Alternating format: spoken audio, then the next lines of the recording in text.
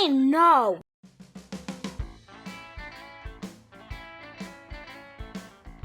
Okay. Welcome back to the From the Fabricator podcast. The February edition is live, and thank you for joining me. Got a great show ahead for you today. And before we get into that, this month's edition of the From the Fabricator podcast is brought to you by myglassclass.com. It is the ultimate destination for the glass and glazing training world. So anywhere you want to get that training done, go visit myglassclass.com. See the range of classes, ease of use, more than 100 courses available, new ones always being added, and there's 60 of them also available in Spanish. On-demand training 24/7. It's easy to get your folks trained. I'm a big believer in myglassclass.com. National Glass Association brought together some of the best experts in the world to put this thing together, and that's why it's worth it, and that's why it is the best training for the glass and glazing professional in our industry. Check it out today. If you have any questions, feel free to hit me up or reach out to anybody at the National Glass Association or at myglassclass.com. Thank you to them for the support of this podcast. So let's get going into that. We got a good show today. I'm excited. Before we welcome in our guests, real quick note, BEC is coming in March. Registration is open. If you have not registered yet, you have not gotten your hotel room yet, get it now. The roster is filling up. You want to be there. It is the ultimate spring event for the glass and glazer. So it's where the best glazers in the country, the best glass shops in the country attend. That obviously attracts the best suppliers in the country to attend. The agenda is fabulous. The people that are speaking are absolutely off the charts wonderful.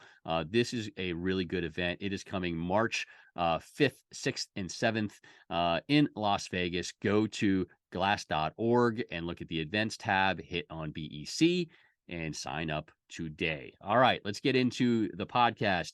3 sets of guests. Kick it off with Katy Devlin of Glass Magazine. She is a longtime player in this world. She's seen a lot. She's fantastic. Great talk with her. Then we move to 3 people trying to get something going good for our world. Kristie Rehberger, Nathan Seaman, Adam Posik. They're trying to get the California Glass Association off the ground, and they're doing a great job. It's a really important group for the state of California. So if you're in the state of California, you want to listen to that section, you want to talk to these folks, and you want to get involved.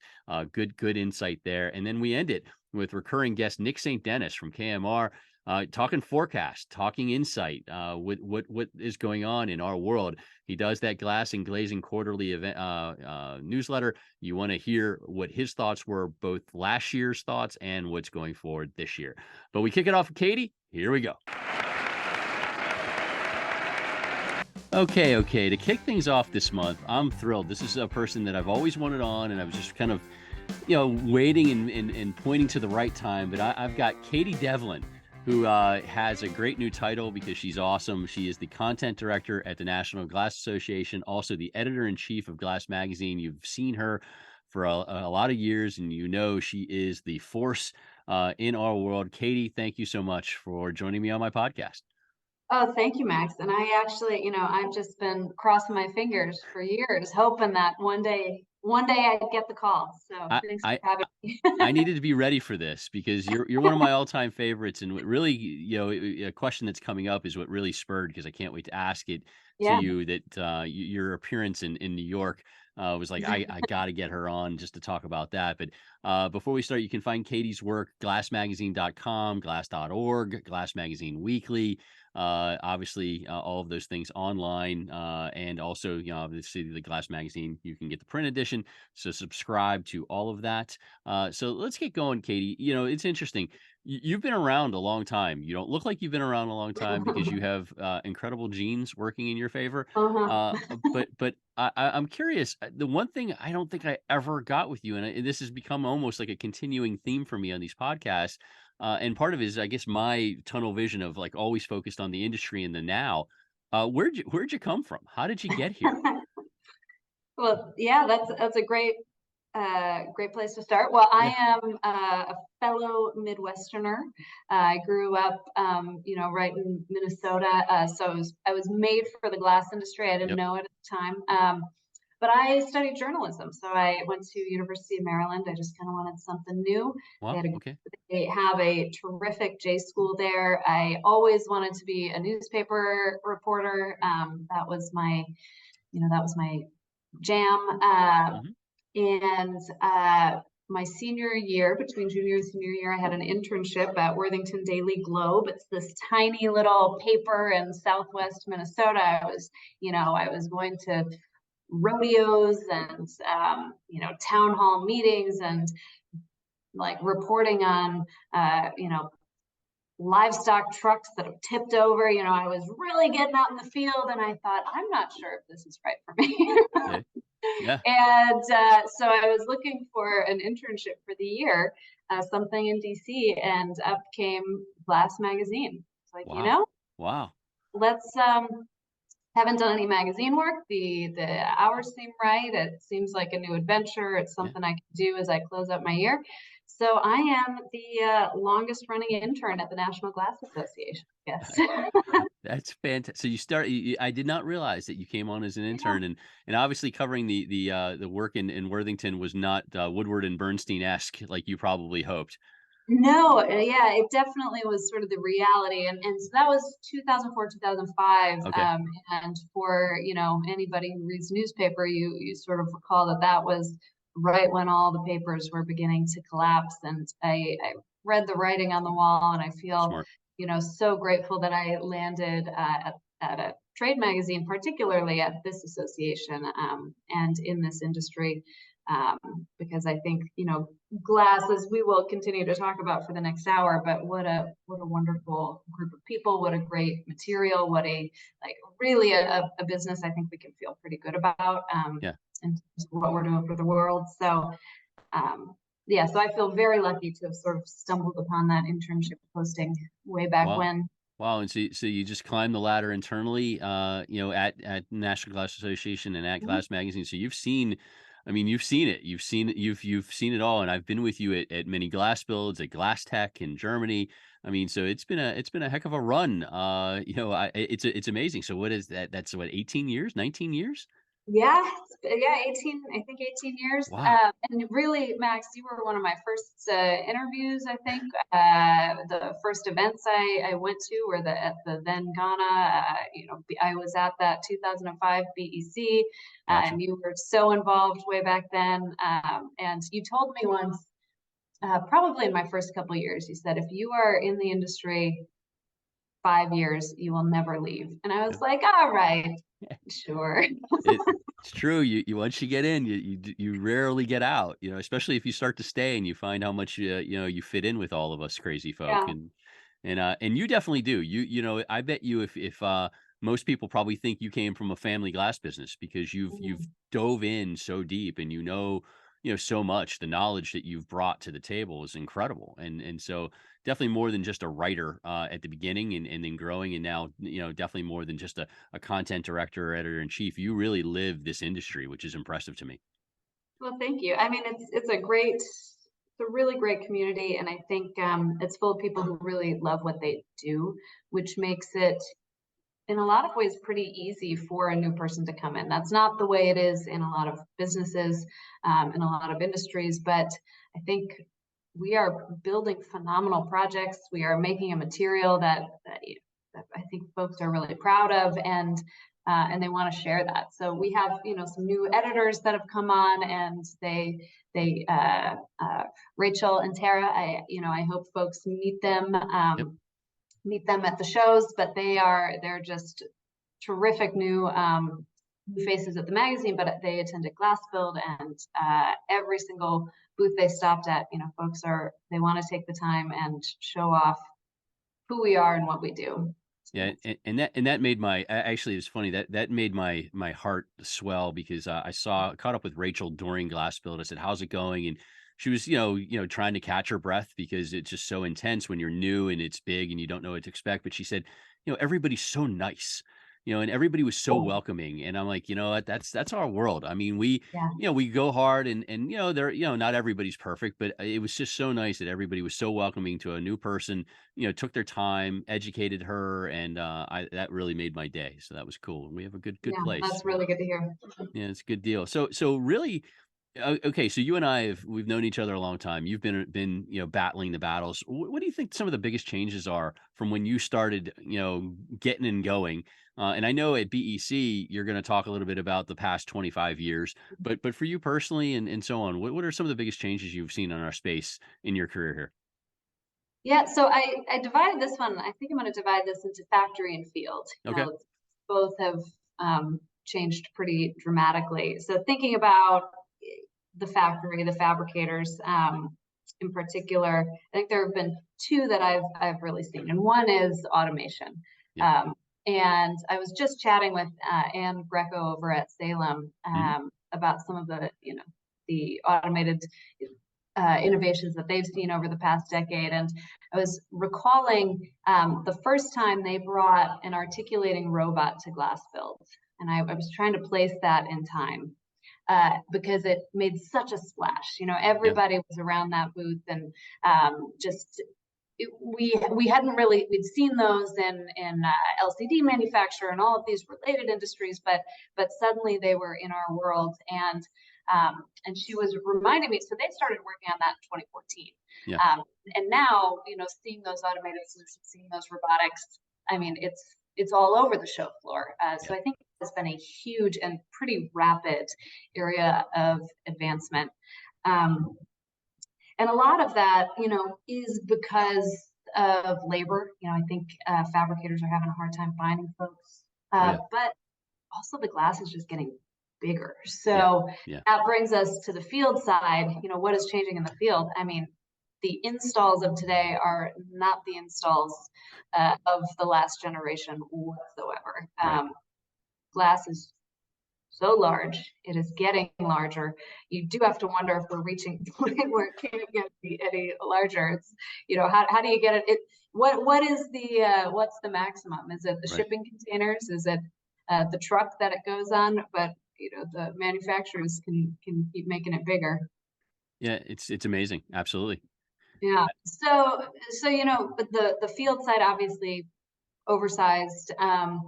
That's a big one. These large lights, but unitized. A Yeah. lot of prefab. I think our glazers are just completing more sophisticated installations right now, and the skylines of every city look different because of what we do.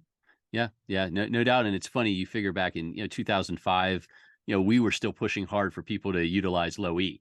Yeah. And now, everyone does that. It's an automatic, and now it's, how intense can I get that performance on my unit? And then can I, add something like electrochromic or photovoltaic or, VIG and things like that are really starting to emerge and disrupt. And so you add that on top of the fact that you're right. I mean, it's getting bigger and bigger and bigger because natural light rules. So, Yeah. and we're the perfect product for that. So I like that. And then on the plant side, you're dead on. I remember when Dan Reinhardt, showed me that robot, and it was amazing to see because it was the first time we had seen a robot pick up a piece of glass, move it, and put it on another rack, and it was like, all right, we're there, and I think we just as an industry have to keep going that way because you're just not going to find the people, and I think that you're running into that all the time, probably talking to people. Yeah, for sure. I'm glad you mentioned performance because I think that is probably this massive overarching trend that has been happening for decades. But there is just this is being pushed by our energy codes. It's being pushed by these individual jurisdictions, by our owners, by the architects. So yeah, the industry has really stepped up in trying to make products that are performing in ways that would have seemed unachievable, 18 Oh, years ago. oh yeah, because I do think when you started, and we're talking about that 2004 to 2006 timeframe, people were scared of some of the new low E's because they couldn't handle them, they couldn't run them. There was question on how they would hold up in the field, failure of units and so on and so forth. So it took a little bit of learning, but now now, I mean, people are just going crazy, which is good. We need that. We need as much Yeah. performance as possible to stay ahead of the rest. So Yeah, very cool. Very absolutely. cool. Well, that kind of leads nicely into, we just finished celebrating the International Year of Glass, which kind of flew by, if you ask me. I mean, Yeah.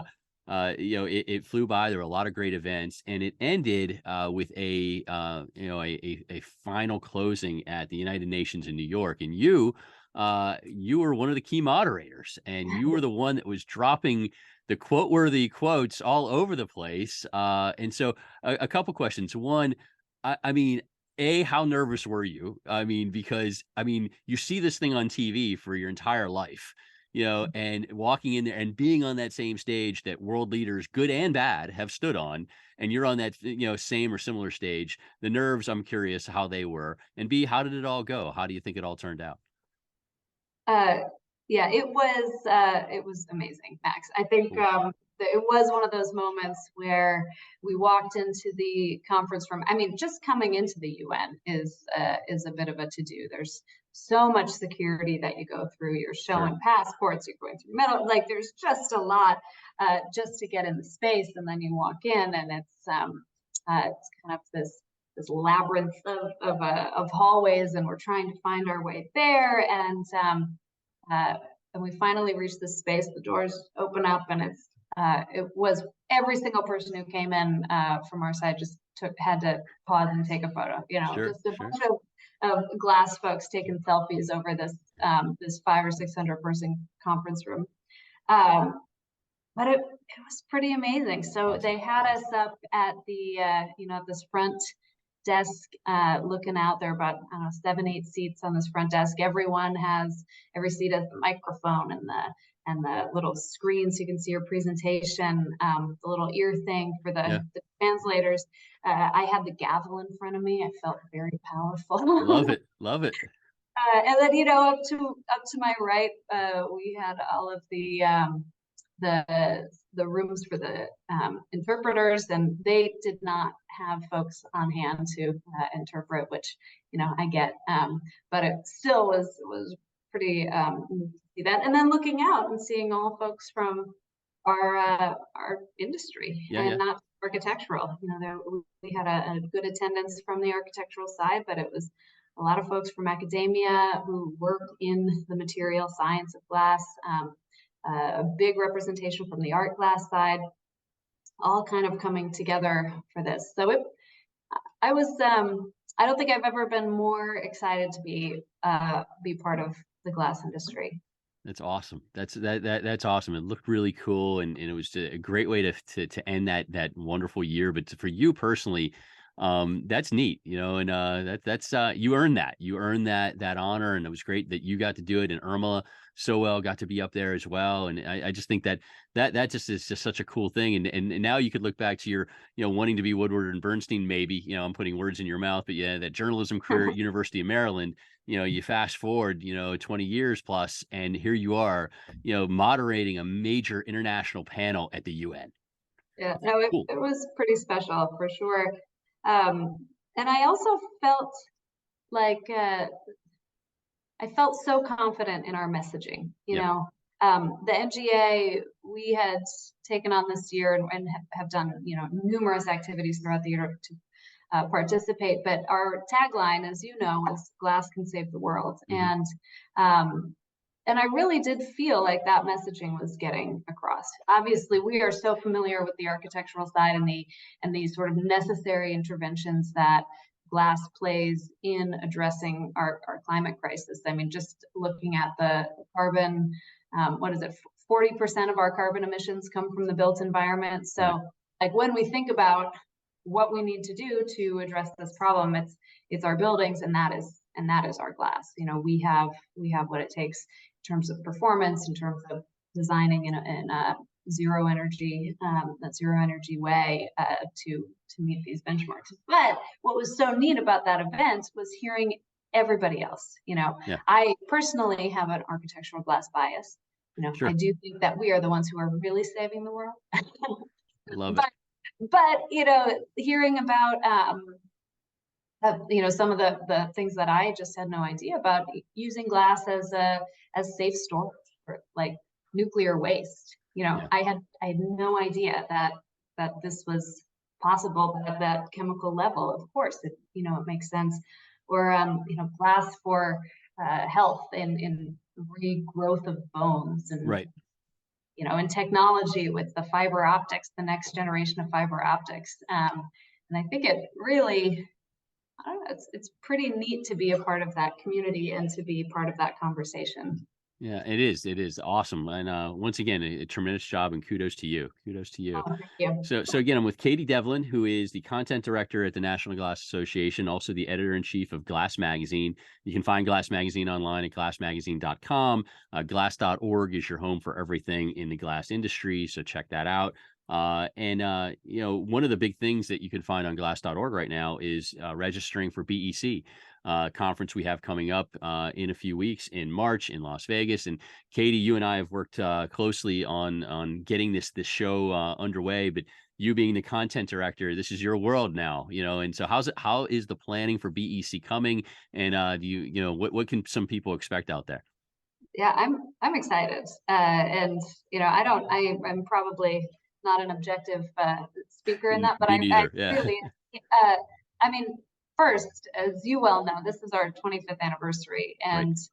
uh, and that's phenomenal. This event has, and you were there during so many of that kind of first iteration of Yeah. BEC. I mean, like I'm going to I can't leave my interview hat, but I mean, what are your thoughts on sort of the past 25 years of BEC?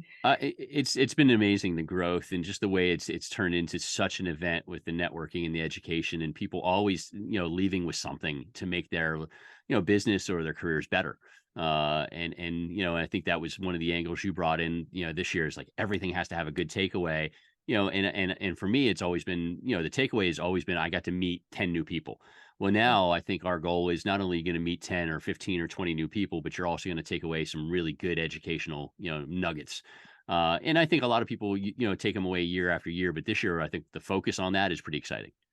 Yeah, I agree. I mean, we've got some heavy hitters that were lining up to speak, so Yep. that is always going to be an interesting conversation, interesting and exciting about some big developments in the industry. But you're right about the takeaways. I mean, I think when we look at the goals of this event, it's to ensure that a contract glazer, pretty much any size, can come to this for it's a solid day and a half of really strong programming, and to actually come back to their business with actionable items. Yeah. So we've got that throughout, looking at everything from project challenges and actually providing the corresponding solutions to those challenges.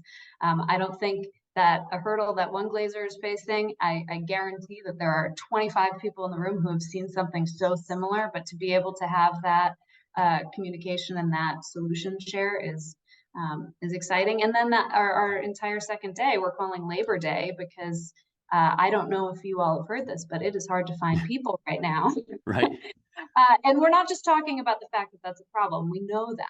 What Yeah. we're doing is bringing in speakers to actually talk through the things that have worked. And there's not one answer, but if you can come to this and leave with 5 things that you can try in terms of recruitment, in terms of training, in terms of your retention, in terms of figuring out how to bring in that new generation of folks.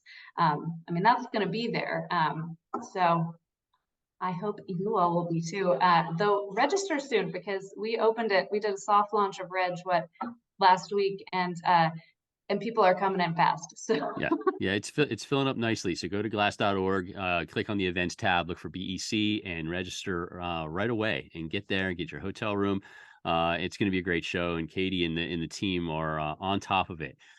So I've been doing these fun ones, and for you, you have a special fun one I've never done with anyone else, because you long ahead of TikTok or long ahead of any social media sort of, explosion, Katy used to do word association at the various industry events where she would corner people like me. If you look on YouTube, there's me with hair on a YouTube. There's a YouTube video of Katy. I'm in this video along with a bunch of other people. I have hair at the time, and it was probably 2008 or 2009, something like that. And Katy used to do word association where she'd ask you about a subject and you'd have to, tell her the first thing that came to mind. And so I figured, has a special, honor to her, to you. I'm going to turn the tables and do word association with you. And I came up with just words. Katy would give you some subjects. So I'm just giving words. Tell me the first thing that comes to mind when I give you these words. I got a handful of words. So we'll start off with the obvious one, glass. Oh, the answer. Love it. Music. Ooh, also the answer. Yes, and those who don't know Katy, she is a spectacular musician, spectacular. Green. Green. Hmm,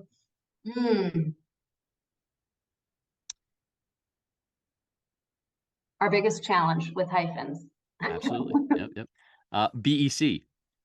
Ooh, you better be there. Exactly. Sports. Hmm. The Packers are a big disappointment. These are extending. My answers are extending. I thought I figured it would be the Packers or Bucks to win it all sort of thing this year. So you are a big Milwaukee and Wisconsin sports fan. Yeah. Dancing. Oh, Lindy Hop. Love it because you are a big time. You've got the dance style. Your current home, Milwaukee. Ooh, there's the Bucks. There, Go Bucks, go. gotcha. Two more, glazing. Mm, um, an industry for women. Let's get more women in here. There you go. And we will have a nice little segment for women in glass and fenestration at BEC. So you got to make sure to attend that. And last but not least, 2023. Oh, wow. I stumped you. No, well, yeah, we're talking. I think we're going to talk about forecast later, Yep. but I would say uncertain. Uncertain. Okay. And we will talk about forecasts in a moment. Thank you for going through that with me. Katy is better at that than I am, but I had to throw that. And you had some good answers there. I love it. All right. So very cool. So let's switch on to some technologies. And we kind of mentioned a few of them along the way when we were talking about performance, but any technologies that got you going right now and it got you excited? Yeah, well, I like a lot of folks are pretty intrigued by transparent solar. We've got we spoiler alert, but we're going to be chatting about this a little bit at BEC. I think this is pretty exciting. The folks at Ubiquitous, they've come up with a pretty exciting potential solution here, and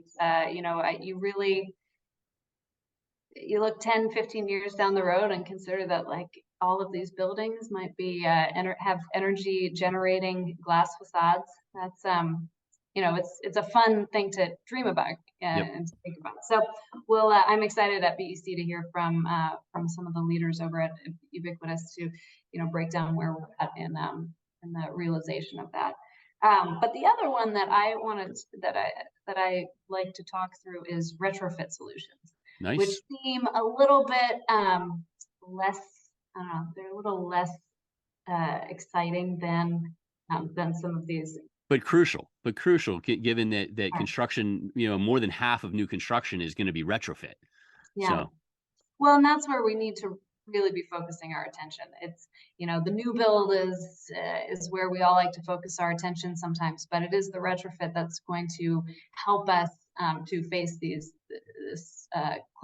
daunting climate challenge. So I've been, chatting with a lot of folks recently about these retrofit solutions that we're seeing from glass, particularly those that address the problems of cost, of hassle. Nobody wants to give up their office building space for 6 months so they can tear out floor by floor. And a lot of these systems were not really designed with retrofit in mind. So it just becomes it's seemingly impossible to figure out how to get high performance systems in there. But the industry is coming up with solutions. We've got thin glass options that are available now. We have, VIG is really making a mark. I think there are ways in which that can fit into that existing glazing system and still have that be thin enough, give you that performance without having to replace everything. So there are solutions out there, and I'm definitely looking closely at that. Like it. I do think that both are exciting. And retrofit, again, I think it's just, we have a lot of bad buildings also. Mhm. If you look at, and I love Texas, I love Dallas, but you look at downtown Dallas, a lot of bad buildings, a lot of bad glass, that was put up in the 80s when you thought that was good at the time. And now those need to be retrofitted, replaced, remodeled. So I think you're dead on there. Good call by you. A couple more, because I know you are swamped. Because you definitely wear a lot of hats. I'm with Katy Devlin, content director at the National Glass Association, editor-in-chief, Glass Magazine, glassmagazine.com, glass.org is places where you can find her. You wrote a book way back when. It's been a few years now, maybe 5 or 6 years, I think. It was called The Owner's Guide to Exit and Succession Planning. I do believe it was a New York Times bestseller. Don't quote me on that, but I do think it was a bestseller in the New York Times. Don't fact check that, but absolutely it was. Yeah, no fact check needed. It was definitely top 10. It was right Yep. with chicken soup for the soul. Yep. I think they were 1, 2 at the time. Yep. I'm curious, because I've told my wife a million times, I'm going to write a book. I'm going to write a book. And I can't get over that hump. You did it. So first, how was it writing a book? And two, how do you think those insight and details that you provided in 2018 are holding up today? Any more updates coming, that sort of thing? Yeah, well, first, I would love to take credit for writing this, but it really was the entire editorial team at Glass Magazine that was putting together a lot of work. The book itself, it features expert advice, essentially from we worked with a great team of folks. Kevin Kennedy was a key author, and Joe Bazzano was another. They run an succession planning business, Beacon Exit Planning, and they were longtime contributors at the magazine. And I brought this idea to them, like, let's compile this into a book that we can put out. So worked very closely with them to distill all of the information and organize it, give folks kind of a step-by-step guide looking at each step process. And then we combined it with case studies, and that's where the editors really stepped up. I know Bethany Stowe had some great pieces in there, but we were talking to companies that have gone through this and different types of exit planning and succession. Our industry is full of family businesses. Sure is, yeah. Many of which are beating all of the odds and making it to 4, even 5 generations. At Glassfield, I attended the 100-year anniversary of DeGorder, I think. Yep. Or was it 70? No, it was 100, right? I think Pete. I think it was 100 for Pete. Yeah. Yeah, just incredible. And actually, the DeGorders were in the book. We featured that. Looking at companies that are moving to ESOPs, we've seen a few of those. Giroux Glass is one. Salem, actually, they've always been an ESOP for years. Yeah. I think actually 2004, 2005, I'm thinking. So it's been a while. So to be able to tell those stories, and in terms of whether it's still relevant today, I think in some ways it's become even more important. Gotcha. We are seeing a big. We're starting to see a big management succession in our industry. Right. And there are a lot of folks who are wondering how they can retire and not, and have their businesses live on.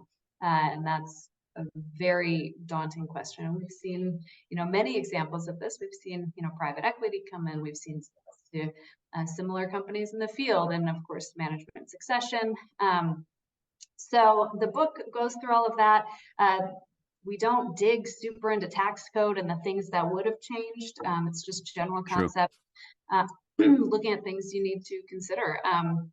So I would certainly recommend folks, if you are headed for a management succession, if you're thinking about your exit, check it out. We do have it still on glass.org in the store.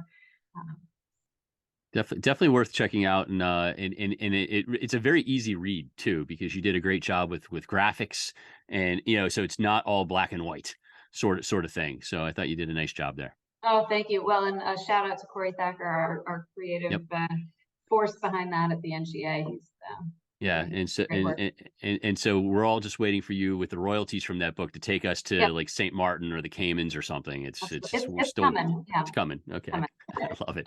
Great book though, and a must, especially with our industry and so much going on with if you are thinking about or going through any sort of succession planning, it is definitely worth it. So, and congrats to you. Kudos to you and the team to Oh, pull that thank all you. together. That's still a heck of an accomplishment. It really is. So, last but not least, let's talk about 2023 and what you see, because what's interesting about you is that you talk to a lot of people. And you have to, because of what you do, your role in life, your role with the National Glass Association, Glass Magazine. So you get a lot of people that are giving you insight. And so I'm curious what you're feeling about this year. Obviously, we hear from the Connor Locars of the world who are Mhm. fantastic, and that kind of gets into all of our thoughts. But you have the ability to get you're hearing from big companies, small companies, men, women, you name it. They're talking to you. What are you feeling about 2023 in our business and overall the economy? Yeah, I think taking that sort of broad look at it, it is uncertain in a lot of ways. With this, at every economist we hear at every event, they say, here are all of the things that might derail this forecast. Just so you know, all Right. of these geopolitical concerns, this, that, the other thing.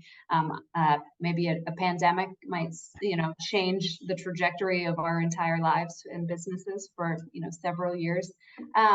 So I think some of the things that on the broad level, I am certainly watching this debt ceiling debate. I mean, that could certainly uh, Yeah. cause some excitement.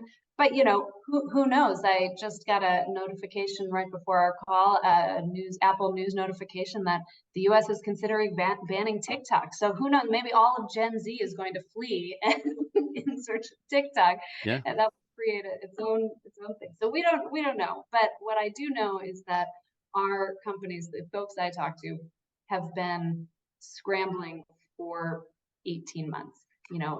They have been so busy. They haven't been able to find people. Projects have been delayed. So for the most part, I think on the commercial side, backlogs are pretty strong. And a lot of those projects really do need to happen. It's not like in '08 where folks were just canceling all of these jobs. I think a lot of this is just necessary construction that's Yeah. been waiting for now a couple of years for some of these because the pandemic disrupted so many things with our logistics. So, from reading, chatting with folks and reading from the construction prognosticators, uh, we are slowing down. Absolutely. How Hmm. will it affect our businesses? I think there's a lot of optimism that this will just give people a chance to take a breath, to get caught up, to work through some of these projects. I mean, residential on the residential side, anybody listening who's doing that, you're probably already feeling this. Yeah. Single family construction is down quite a bit. But that's not to say that you're not getting shower installs, for the glass shops that are working in that. But one bright side of that is the people who work in residential are now available. So for Yeah. commercial folks, I think the labor might actually ease a little bit. We're seeing inflation slow already, so that's going to ease. So I'm optimistic. If we can avoid all of these big, big mega shifts that Sure. could trip up the whole economy, I think our industry is going to be fine. Most folks are pretty diversified. I think most folks learned a pretty rough lesson back in the Great Recession, and are in a stronger position now than they were back then. We've got a lot of savvy folks leading a lot of great glass companies. So Yeah. No doubt. um, so I think in general, I don't want to be, Pollyannish, but I am optimistic that our folks are going to do well this year. Nice, nice. No, I agree on a lot of that, and I mean, no question our industry is resilient. People are resilient. They've fought through so much. And when you said uncertain earlier, for me, where the uncertainty is that, and I've said it on this podcast before, I've said it on my blog, is that we don't have a benchmark to compare to, or history to compare to, because COVID blew all that up. So yeah, the Great Recession, 2008, 9, 10, it'd be nice to be able to say, okay, here's where we're at in that progression, but it doesn't compare anymore. It's not the same. COVID changed everything, because our problems right now a lot of it is COVID related, not recession related. So to me, it's like, you just have to roll with the punches, like you said. You have to, just keep plugging along. And I do think you're right. I mean, I think that with residential starting to slow up, that could benefit us on the on the non-res side, maybe pick up a few people, especially project managers, which are still in desperate need. And those folks could be pretty much plug and play, quite frankly. Yeah. And so that's the hope. But I think interesting year ahead, my friend, no doubt. Yeah. Oh, for sure. Well, and I, just to think about if each segments within the industry, I'm looking at office that has been, we were declaring the death of the office building back in 2020 when we were having a lot of conversations, and we're seeing like things are changing. I think businesses are kind of pulling back. They want to get back into those spaces. They want that more traditional office environment. So even that area, I mean, I don't think office is going to perform incredibly well in 2023, but I do think looking down the line, that actually, might be something that bounces back when some of the other segments are tripping. So yeah, and I think right now I see the hotel and transportation side picking up quite a bit, and that'll help kind of ease what's going on the office side, because I think that whole thing's come back with ferocity. Hotels and wanting to get them either remodeled or built. It's unbelievable the way that's taken off. Well, this has been tremendous. I've been with Katy Devlin. She is the content director at the National Glass Association, editor-in-chief of Glass Magazine, the best glass magazine in our industry. Read it online at glassmagazine.com. Subscribe to it. Go to glass.org. Check out what's going on in there with the NGA, and including under the events tab, BEC, which is coming up March 5th through the 7th in Las Vegas. Definitely something you want to attend, and you could see Katy there and chat with her, pick her brain more. But Katy, thank you so much for taking the time. This was awesome to finally get you on here. And I had no idea you were a Terrapin either. I love the whole college thing. I had no idea you were a Terp. This is like I feel like that's my big takeaway of all the great things you said. You're like, you're a Terp. So, but you're awesome. So thank you so much for taking the time today. Yeah. Thanks for having me, Max. I really do appreciate it. And I appreciate all that you're doing for the glass industry too. I mean, your voice is such a crucial one. So thank you. Well, thank you. And I look forward to seeing you here in a few weeks. Yep. Can't wait. Thanks, Max. Thank you. Okay. Next up on the From the Fabricator podcast, the February edition, I am thrilled to be joined by three really important people who are doing something huge out in California. Kristie Rehberger of A Glasgow, Nathan Seaman of Architectural Grills and Sunshades, and Adam Posik of Pacific Coast Glazing.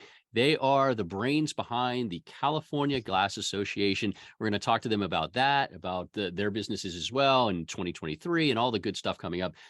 Folks, thank you so much for joining me on the podcast. Thank you for having us. Yes, awesome. Thank you, Max. Awesome. It's great to have you on, and this is exciting. Each of you, you're putting yourselves out there. It's important to have organizations like this, and I'm a big fan of organizations like this. I've gotten lucky to go to Texas and speak in front of them, Colorado, and be with those folks. And so being involved, Michigan, of course, I sat on the board of one of Michigan's glazing contractor associations for a few years, way back in the day. So I'm a big fan of this process, and obviously NGA is important to me as well. And so that's the big, the granddaddy of them all. But so let's start to talk a little bit. Each of you have come to the table with starting up the California Glass Association. And just so everybody is paying attention, if you want to learn more about the California Glass Association and get involved, they do have a website online, www.californiaglassassociation.org. So make sure you check that out. But let's start with you, Kristie. What was the impetus to drive you into this and get this process going? Education was really the driving force for me. I actually had looked into starting this in 2020.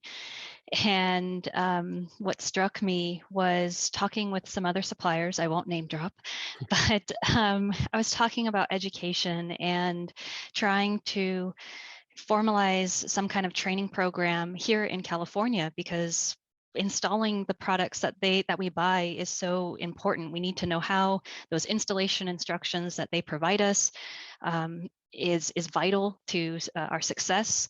And I kind of remember them saying, well, we can give you the PowerPoint that we give the architects.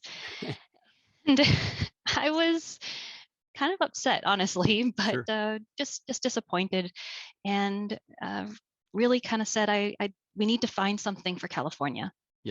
Yeah, no doubt, no doubt, and that makes plenty of sense. Adam, what was it for you? Well, for me, it was more that there's a large community out there that, I barely know anyone in, other than, breezing through LinkedIn and seeing them on there. Right. I talked to Kristie a couple of years ago. She talked about, gaining interest in starting this, and I was on board with it 100% then. And she's, kind of led the charge originally, and I was on board. Like I said, you don't get to run into many fellow glass shops or glazing shops, maybe on a job walk here and there, or at some sort of, contractor meeting. But, I don't really know many of them. Right. And I'd like to get to know, people we compete with, people we don't compete with, and just, see how they do things, and see how we can further our cause in our industry. It's complicated, and it's a lot of work. So Yeah, no doubt. And again, that's two great reasons. Now going to you, Nathan, you're coming from a different angle, being a supplier, a manufacturer. Yeah. And so different sort of pressure on you. And I assume it wasn't you who sent Kristie the PowerPoint and said, figure it out. So No, thankfully it wasn't me that did that. I didn't think so. I didn't think that you worked that way. So as you mentioned, my role as a vendor for glazers, I'm a part of local associations all over the country. I get to travel around, be a part of them, see the value of them. And I've always, as I'm there, I think back to, we really need something like this in my home state. I'm going all over the place, but there's just nothing like this back at home in California. So it was actually last summer, I was talking with you, Max, at the ball game before the TGA event. And I kind of expressed that, like, man, I wish we had this at home. Anybody that's trying to get this rolling? And then it just, the dominoes started falling from there. You got me in touch with Dan Pompeo, who got me in touch with Kristie, who called up Adam. And then 2 months later, we were official and charging ahead. So it's exciting. I'm thrilled by that, because I do remember that night, that conversation, and how, that Texas group is something, and seeing that community and the way they work, and you're jealous of it. You're like, hey, this works here. So, I think the community is important. So that's my next question, and I'll start it off with you, Kristie. I mean, you compete against people, and you work with people and so on, but that community makes a difference, because it's that old saying of, we all get lifted, rising tide lifts all, sort of thing. Absolutely. We are all so much more connected than I think a lot of us would like to admit. My business can easily affect someone else's business, and theirs easily affects mine. But I think with the glazing shortages and so many things that have changed within the industry, who doesn't need some help these days with kind of keeping up with what's happening out there? And so I think having the CGA will be such a benefit to the community, hopefully California as a whole, and then each individual little, communities and cities that make us up. Yeah, absolutely. And Adam, I mean, you kind of talked about already the community aspect of getting beyond LinkedIn, so it'll be nice to have, local people and, folks fighting the same similar battles, right? yeah, for sure. It's if we can get together in the same room and start, working together instead of, without actually knowing them, it almost feels like we're working against each other. But once you start to get to know them, and, like Kristie's mentioned one of our previous conversations, you break bread with them, you start to get to know them. Right. And if we could do that and work together, things will be much better for all of us, for sure. No doubt. And Nathan, I mean, you could speak to it because you're the one who goes to a lot of these things. And Kristie and Adam are focused on their markets, and you're out traveling. So you see it firsthand how big a community can make a difference. Absolutely. It's all about the relationships. It's really hard to work with each other, to seek advice from somebody, to share resources with somebody, or just share your experience with them if you don't know them.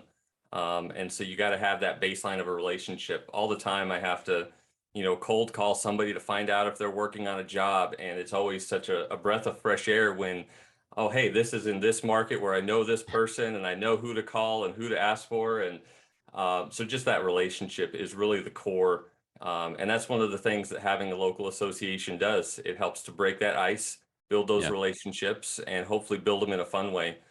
Because it's easier to pick up the phone and call someone after you've met them, got to know them. Maybe you've golfed with them, maybe you've shared a meal with them. It really is a kind of a springboard to that relationship.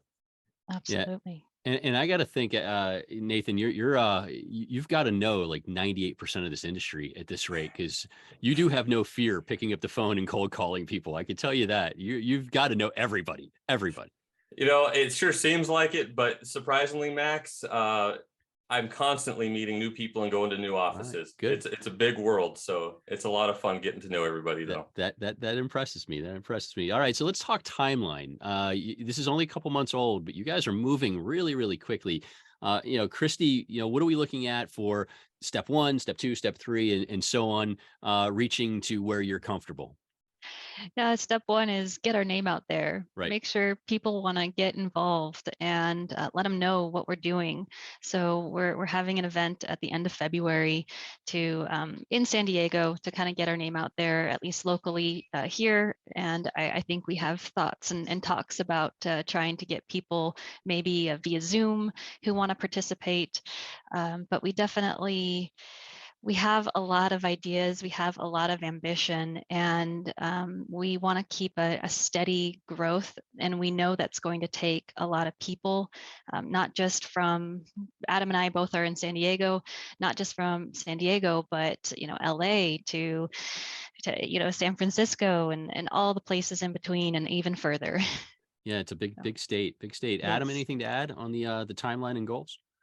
Yeah, I mean, we were talking earlier, Kristie and Nathan and I, we definitely want to garner, a lot of interest in this organization. We want to grow. We don't want it to grow so fast that, we get a lot of interest and we don't, start hitting our targets and then have it fizzle out. We want to do it right. So this thing, continues to go on for a long time. So that makes sense. And Nathan, I mean, yeah, you know that the pratfalls, because again, being around the country, organizations that don't have a timeline thought out are kind of troublesome for the most part. So what are you thinking about this whole timeline adventure? Yeah, I mean, the whole time as I think about it, I'm thinking about all the other associations and the other events, and oh, that's so cool, and I want to do this and I want to do that. But as Kristie and Adam said, the growth is really going to be dependent on demand. It's a really big state, but we're starting with who we know and where we are, and we're going to grow from there. Right now, we don't have any members in San Francisco, so we're not going to launch a meeting in San Francisco, but eventually, we want to have meetings and events all across the state to serve everybody and their needs. Good. As Kristie said, our first in-person meeting is happening this February, and we're hoping that's a springboard to kind of kick off the basis of growing the membership. And then I'm looking forward to seeing, some quarterly meetings, maybe some educational sessions, some lunches, some once or twice a year, some big events to really kind of model some of the successful things we've seen from other associations. I like it. And that's February in San Diego, which it'll be funny because you'll get people from the East and the Midwest dealing with snow being, hey, can I join? I'll stop by in February in San Diego. So, hey, you're welcome anytime, Max. I appreciate that, but I have a feeling you're going to see Minnesota glass shops, showing up at your door saying, hey, I'm all for it. Again, I'm with Kristie Rehberger of A Glasgow, Nathan Seaman of Architectural Grills and Sunshades, Adam Posik of Pacific Coast Glazing, and they make up the founding members of the California Glass Association. Find them online, californiaglassassociation.org. This is just getting going, and if you're in California, you have to do this. It's for your good. And so it brings me to another question of, Nathan talked a little bit earlier about meeting in Texas, and I've mentioned Texas. Are there other organizations that you saw, that you wanted to replicate? I mean, Kristie, you've been working on this for a while. I'm sure you had some goal organizations to replicate in mind. Actually, when I first started looking into it, I reached out to the NGA, and the NGA kind of said, "Hey, go look at the UGA, Okay, the Utah yeah, Glass Utah. Association." Yes, yes, very new, and doing fantastic. Absolutely. So Yes. I had talked with some of the people who had just started it, and I've been in contact with Marin a few times about what they're doing, because they are doing some very interesting and fun things. Absolutely. Yeah, they really have hit the ground running. And that is a good example because they're relatively new, had to start from scratch, kind of like you guys have. So yeah, I mean, obviously they don't cover the amount of territory. Utah is pretty tight there, given between San Diego and San Francisco. It's, there's like 10 states in the middle of that. So a little bit of bigger challenge. Adam, how about you? Any organizations that you liked? Well, to be honest with you, I wasn't too familiar with many of the organizations. I was aware of the NGA, obviously, but and that was really just from going to the glass show over the last couple of years in Vegas. Good. Or seeing them here in the Glass magazine, which just got delivered today. Nice. I hadn't had too much familiarity with any of the organizations up until I started working with Kristie and Nathan. That I've become more familiar of the ones outside the NGA. Good. Yeah, fresh thought. And then now, Nathan, you've been around, so I'm curious, what were your favorites, or what were the ones you want to be like? As I've been to so many different events, I really like what the Texas Glass Association is doing. They're equally a big state. They've got a very diverse market like California. And so they've got kind of the umbrella chapter. They've got some other more regional chapters. They're kind of sharing the load on events in different regions. They're doing really well with it. So I've had my eyes on them and kind of watching how they're doing it. And then more specifically, HAGA, they're in Houston, the Houston Area Glass Association. Shout out to Dorothy there. Yep. She's doing a great job, and she was really helpful in our early stages of kind of helping us get launched and what to think about and where to go for things, and introducing us to people. And so definitely a lot of them I've been looking. I mean, I went on everybody's website and downloaded their bylaws if they were available. We kind of spied on everybody, but Good. For me, Texas has definitely been the one to watch. I like it. I love my folks from the Texas Glass Association, and love Dorothy at HAGA, and what she's done, and her passion and energy there is fantastic. So yeah, good on all. All right, a few more things, because I know you guys are really busy. I want to capture some things about you guys in your current business, because a lot of people who listen and watch this podcast, they really like to find out how the other half lives, sort of thing. So we're going to cover that. But before we get that, I've been doing the fun question for everybody here in the last couple of years. And so I'm curious for each one of you, what was your dream job growing up? And as I joked with you on my outline, you can't say it's starting the California Glass Association. That does not count. I mean, you could have gotten away with it, but you can't say it. Kristie, your dream job growing up. I've been working with my dad since I was 16. He started the company over 30 years ago. And did I necessarily know I was going to go work with him? No, I didn't. I just kind of figured, I'll work here and then go off to college. But as I was working with him, I had thoughts of, okay, I'll become a dietitian. I really like, health and fitness, and but that didn't pan out. The glass industry sucked me in, and I can't say no anymore. I love it. So you went from something healthy and normal to the glass industry. Yes. So yeah. I do love it. I do come from a family business, and I got to work with my dad, my brother, and my sister, cousins. My wife, was actually a customer. So that was fun too. So yeah, I get the family business thing, and very cool. And I like the dietitian angle, but we're glad you're here. Adam, curious for you, what was your dream job? Well, when I was a kid, I always liked the just like treasure hunting and anything to do with treasure hunting. I always thought being an archaeologist was cool. I always see the shows or whatever where they had the big metal boxes with that screen in it, and they'd go sifting it through and finding whatever artifacts were in there. And when we were young, we used to live up in Northern California, and my father would take us out fishing and gold panning along the river for long weekends. And just getting to the bottom of that pan, sifting it through and trying to find a speck of gold. I just thought that was great. So archaeologist for sure when I was a kid. Love it. The gold rush. Absolutely. Very, very cool. I like that. That's cool. That's cool. And Nathan, you? It always morphs over time when you're a kid, but oddly enough, the earliest thing I can remember wanting to be is an orthodontist. I don't know really what stuck out to me. I think I went to an appointment when one of my older siblings got their braces on, and maybe I was like 7 or 8 years old, and I thought, that's what I'm going to do with my life. So that's the earliest thing I can remember. Obviously, that didn't exactly end up what I was going after. I don't know if there's another kid in this world that wants to be an orthodontist when they're a kid. That's impressive. I was an odd kid. No, I think it's interesting. And now, because you wanted to be an orthodontist, I think dealing with architects is like going to the dentist anyway. So no wonder you get along with all those architects so well. It can be sometimes. Yeah. Yeah. Very, very cool. Okay. I like it. Thank you guys. That was the fun question. I appreciate that. And good stuff. Good stuff. So a couple more and we're switching over a little bit. So I want to know a little bit more about you guys and your businesses. So Kristie, you're in San Diego at A Glasgow. What do you guys do? And just, give me a quick synopsis of your business and the markets you serve. We're a commercial and residential glass and glazing subcontractor. We serve the greater San Diego region. So we pretty much, I like to say we do showers, tabletops, air traffic control towers, pretty much anything in between. Okay, I like it. Very cool. And Adam, you? We primarily are engaged in federal projects, a lot of military work across the country. We're currently in North Carolina, and we just wrapped up some projects in Hawaii, and obviously around here in San Diego, we got a lot of military bases that keep us busy and throughout the state, and a lot of public works types projects, and a little bit of commercial work sprinkled in there. Nice. So it's keeps us fairly busy.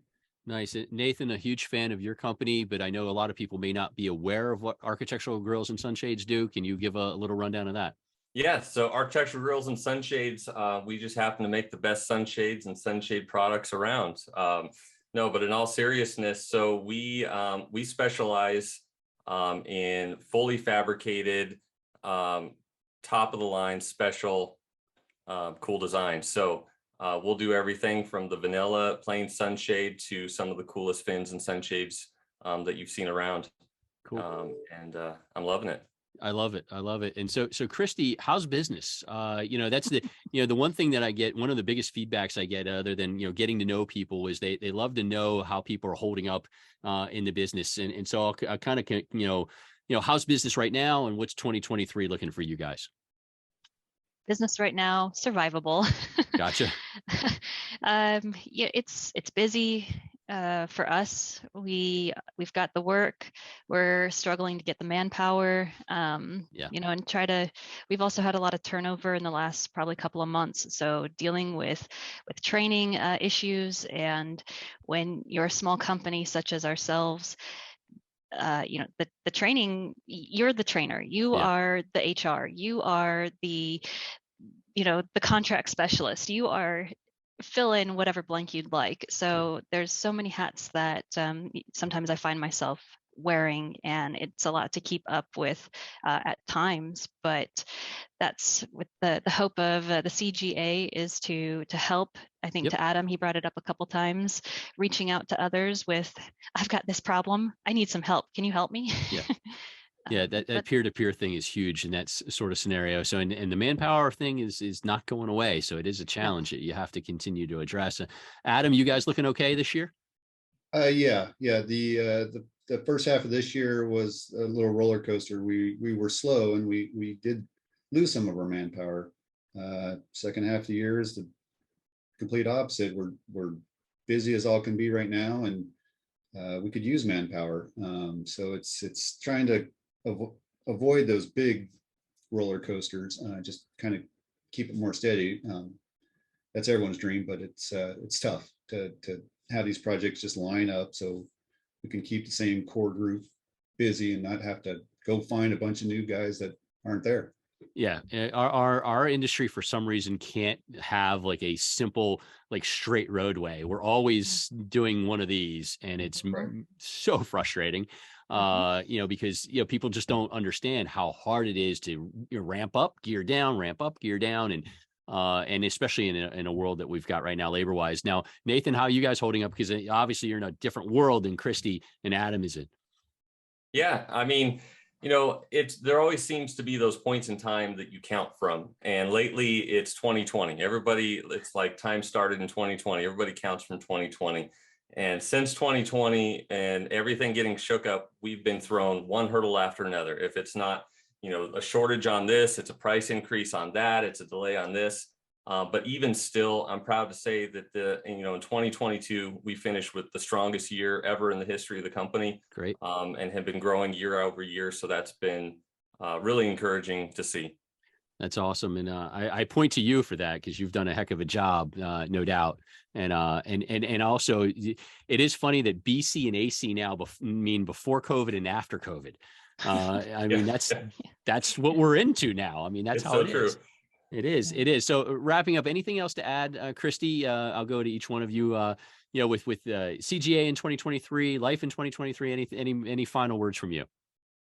I really do think it's going to be great. I think it's going to have its own set of unique challenges, but we're here. We aren't going to go away anytime soon. And I just want to say one last final thing. I really want to give a shout out to Dan, to you, Max, and Dan, and Nathan, for really kind of like, hey, Kristie, you remember this?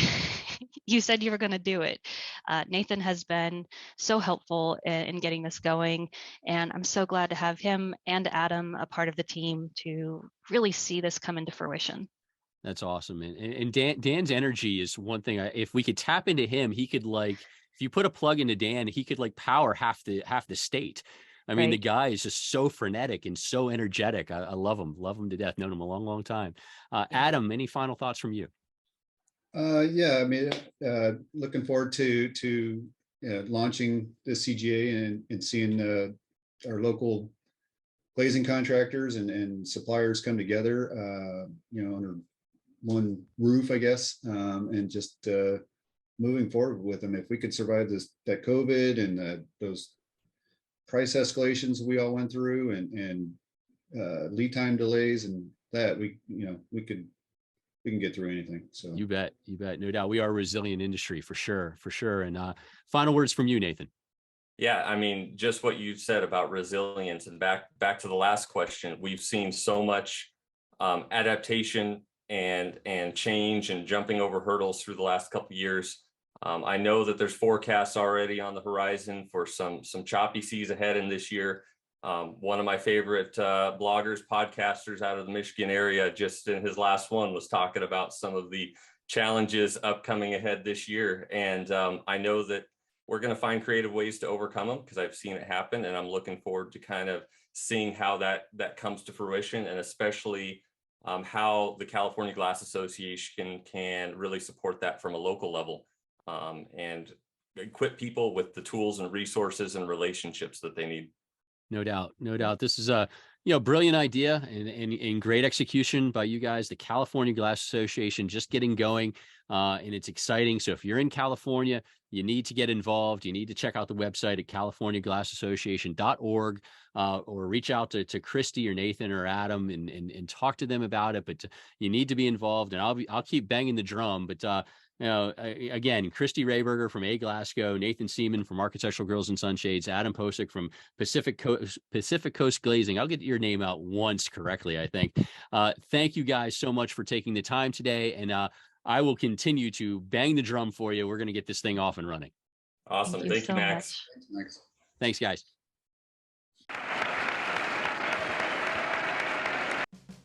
Okay. To wrap things up this month, I'm thrilled to be joined once again for the second year in a row by Nick St. Denis, Director of Research, KMR, Key Media and Research. You can find his amazing work. He does the Glass and Glazing Quarterly Review, and it's fantastic. You can find it at research.keymediaresearch.com. You also see his writings in U.S. Glass Magazine, so you can find him throughout the web and throughout the Key Media sort of atmosphere or hemisphere or whatever that word is. But Nick, thank you so much for doing the podcast. Thanks, Max. It's nice to be back. I enjoyed it last time we spoke. I can't believe it was a year ago already. So a lot has changed, I think, since then. Yeah, it sure has. Time flies, and I'm thrilled you made the time. I love what you do. For folks that may not know Nick, and I guess we should just give, because not everybody listened or watched last year, a quick tidbit exactly what you do, because you are very unique. You're a unicorn in our world. You are the go-to on the glass and glazing sort of research information. Sure, yeah. So we are basically the leading information and data provider to the architectural glass and glazing industry, and we also cover several other segments, including doors and windows, and we even cover automotive glass and that sort of thing. But Nice. essentially, what we are is we're a custom research provider, but we also provide syndicated research reports. Basically, any information that businesses in the glass industry need to make their decisions, they come to us and we help them. We work alongside them on various projects, as well as providing like the reports that you had mentioned, and we do a lot of speaking engagements at conferences, trade shows, and business events and things like that. So Super. Well, Nick does a fantastic job. Thank you for that. And so let's dive in. So we talked last year, and you did a great job of kind of laying out where the landscape would go. And I think it went as close to what you predicted as possible. I mean, I think you were there. What did you think about how last year turned out? Overall, based also on your predictions, and did anything catch you by surprise? yeah, so first off, the main indicator that we primarily look at to get an idea of what is happening in the glass and glazing industry in terms of volume of activity is glass and glazing construction spending. So what that is it's kind of a figure that we've sort of invented here, where we take the construction figured numbers from a variety of sources, break it down, reconstruct it based on what's most important to architectural glass and glazing. And so in doing that, over the past several years, we've obviously done forecasting, and we've been able to look back and see how that's tracked. Well, last year when we spoke, it was about the time where we did our forecast for 2022, and we had projected a 4.9% increase in architectural glass and glazing spending in non-residential. Mm-hmm. And just ran the numbers last week, and we actually ended up at 5.7% increase. So we were within 1% of our estimation. So despite all the kind of craziness that happened throughout the year, that was pretty nice to see that we're on track with sort of our models and projections and things like that. Fantastic. And so in terms of like the overall number, there definitely wasn't much that surprised us. Thankfully, we were right. But I will say that the commercial side of things, we divided up between commercial and institutional. Commercial being more of like the kind of private money and office buildings, retail, hotel, that sort of thing, and then institutional would be healthcare, educational, et cetera. And the commercial side definitely performed better than we expected. Both sides did, but commercial in particular performed better.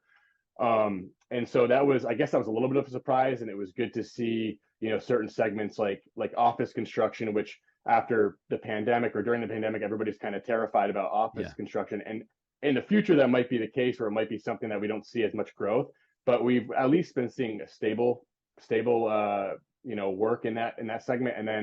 And then hotels have really bounced back since the pandemic, which has been a really big thing and has actually kind of helped lifted the commercial side. So those were two areas that were, I guess, notable. And then on the institutional side, obviously, healthcare building and healthcare, anything related to healthcare has really boomed, and we're projecting that out to be a really big segment for years to come.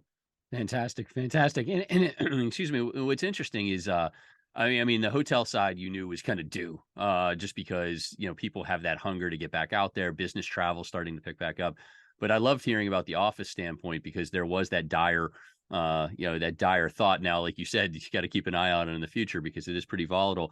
And so it kind of leads me into my next question on COVID. It feels like, at least to me, that there's still a little bit of a COVID hangover with regards to commercial construction jobs. Things that should have got going in, early 2021 sort of thing, and just kept sliding because of COVID. Is that just me, or are you seeing still kind of a leftover residue of COVID out there as it affects the construction market? Yeah, there's probably a little bit of that. I mean, there was a pretty big dip in 2021 in construction spending as a result of what transpired in 2020 and sort of all that. So we've been seeing obviously a recovery from that over the last couple of years. So it's hard to tell, what's the volume that would have been there, and then what's actually kind of a bounce back from what we lost during the pandemic. But I mean, I don't necessarily think it's a terrible thing, because if there are projects and backlog that's kind of lagging out there, it's going to kind of help lift things and sort of spread things out throughout the next couple of years. So, but like going back to hotel, for example, like the hospitality sector took a huge hit, obviously in 2020 with business travel declining rapidly, and then also leisure travel and those sorts of things, and that impacted the any construction surrounding hotels and that sort of thing. So we saw like a 30 to 40% decrease in 2021 in that segment.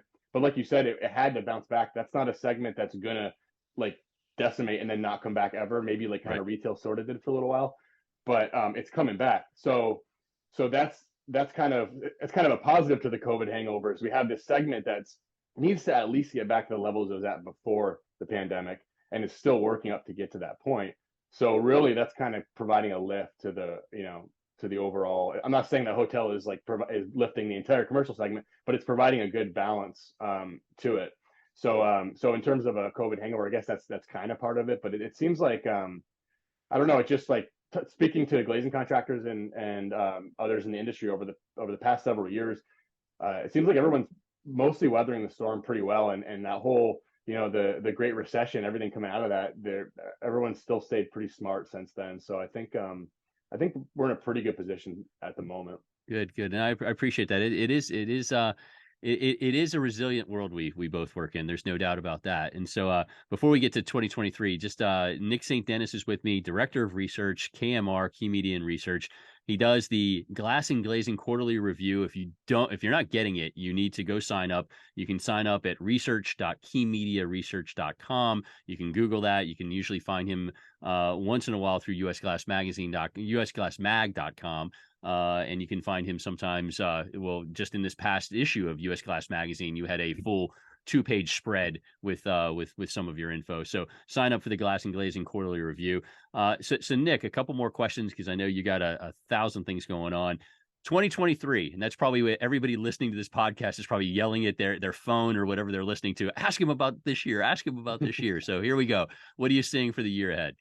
Yeah, I think it's going to be a little bit of a continuation from 2022, just to not necessarily as positive, probably low to mid single digit percentage growth year over year, and then I think that's going to trickle down even further in 2024, and where it's going to be almost stable rather than increasing. But I mean, the positive is that we continue to see incremental increases regardless, and looking at the overall economy, there's sometimes a I don't know how to put it, misperception where people hear some issue with the overall economy or even the overall construction economy, and they say, well, that might be trouble ahead for us. But the glass and glazing industry is a specific part of the construction segment. I mean, when you hear construction economists talking about the overall construction economy, I mean, they're talking about warehousing, manufacturing buildings, which take up a lot of square footage and take up a lot of share of that industry. Highway, street, infrastructure, all those things that don't necessarily affect us directly.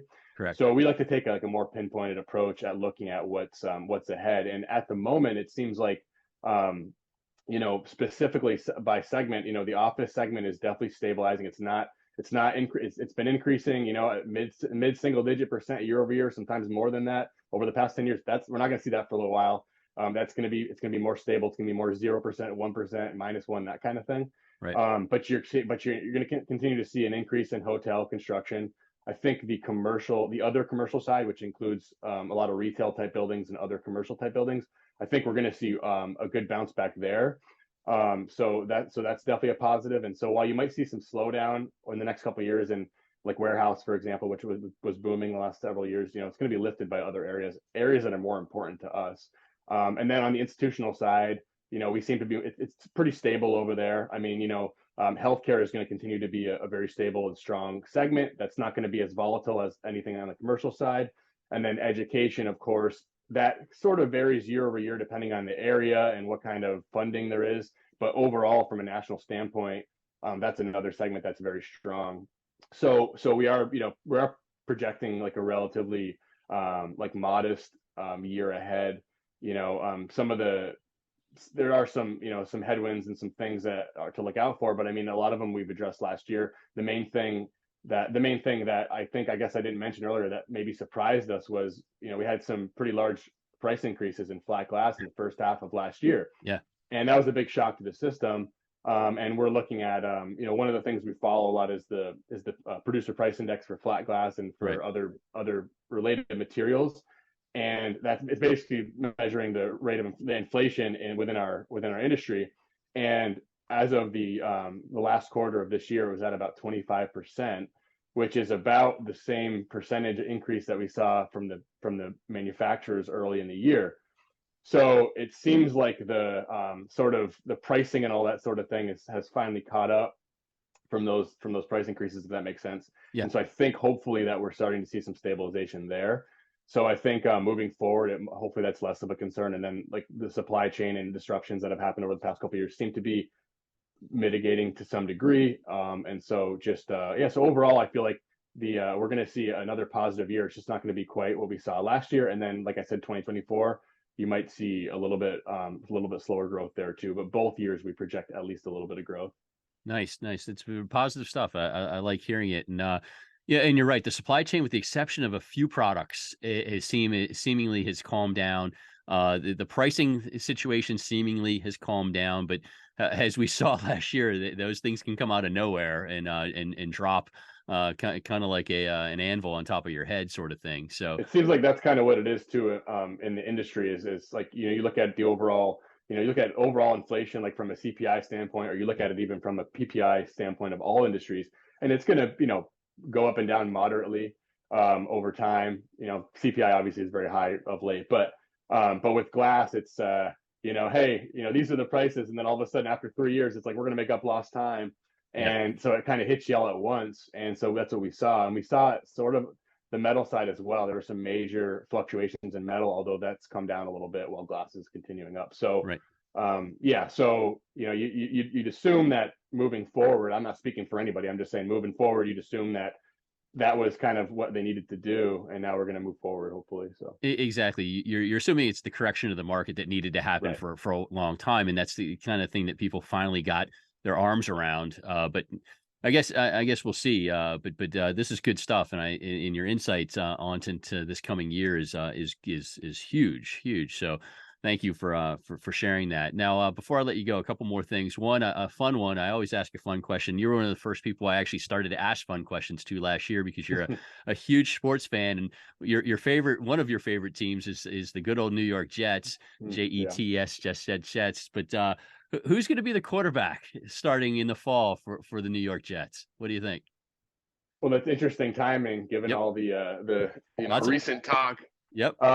I mean, I would like to see it be Aaron Rodgers for sure. I mean, even towards the end of the year, even before like all this had come up, I was watching them play. I think it was Miami, and it was like around Christmas time. I was with family, and they're like, and they're talking about Aaron Rodgers. Oh, is he going to retire? Blah blah. I'm like, I think he's going to be a Jet next year.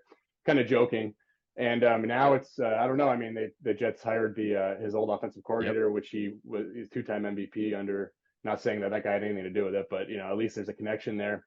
So we're kind of hoping maybe that'd be the ideal thing, but it's probably gonna end up being, if not him, it's gonna end up being like Derek Carr or something, which does not get me excited at all. And I don't know. I mean, they're so stacked everywhere else except maybe the offensive line that really all they need is a quarterback that can complete some passes. But even Derek Carr, it's like you're gonna win you a playoff game maybe, but you're not gonna get past the big dogs in the AFC. So I'm shooting high, and we're gonna try to go for Aaron Rodgers. Seems like everybody's all in on it. We'll see what happens. I like it. And the one thing people don't talk enough about is Breece Hall getting injured was a big turning point for this team, because he played such a huge role. And him going out, even though the guys who replaced him did a nice job, but and they traded for James Robinson and tried to do some things there. But Breece Hall was a big loss. Yeah, you can just look at their, the season and basically tracks along with him. It's like, all right, once he got hurt, that's kind of where the wheels started to fall off.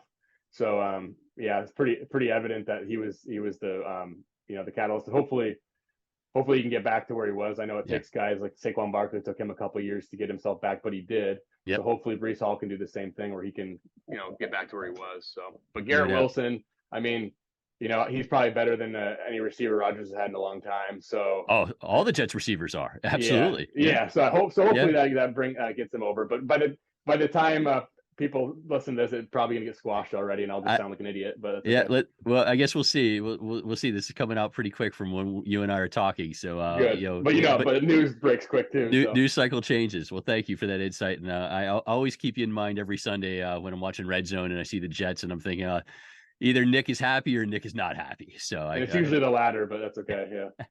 Well, a couple more things. One, I asked you before we started recording. You'll be at Texpo this year, correct? And you're speaking at that event. Excited about going to the great state of Texas? Yeah. We've been there quite a bit the last several years, and Texpo is always a really good show. I'll be speaking. I'll be doing like a sort of economic industry update, and then focus a little bit more on that region as well. And it's always a good time. And I usually kick off all the seminars with mine first. Yep. Kind of gives everybody a lay of the land to get an idea of what the market's looking like. So when they go into their discussions with their their partners and clients and things like that, they have a little bit of background. So I'm looking forward to that.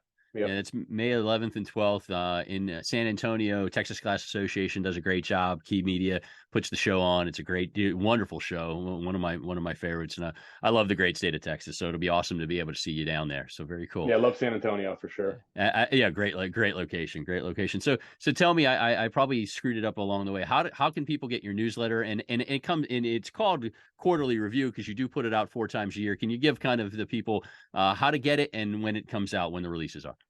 Sure. Yeah. If you just go to, you can go to research.keymediaresearch.com, or you can just go to keymediaresearch.com and find the research tab. And you'll be able to find your way to get the report, or you can email me directly at nstdennis@glass.com. And that's a good way to get on the list as well. And what we do is we put together a quarterly report that just reviews the last quarter and talks about, what we saw in terms of glass and glazing spending and what we project ahead. Then we've also got our annual glass and glazing industry outlook report, which will be available. That's right. Yeah. That'll be available within the next couple of weeks.